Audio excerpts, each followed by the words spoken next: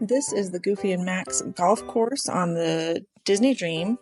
It is patterned after the old how to Goofy cartoons. Like how to fish, how to play football, those kind of things. This one's like how to golf.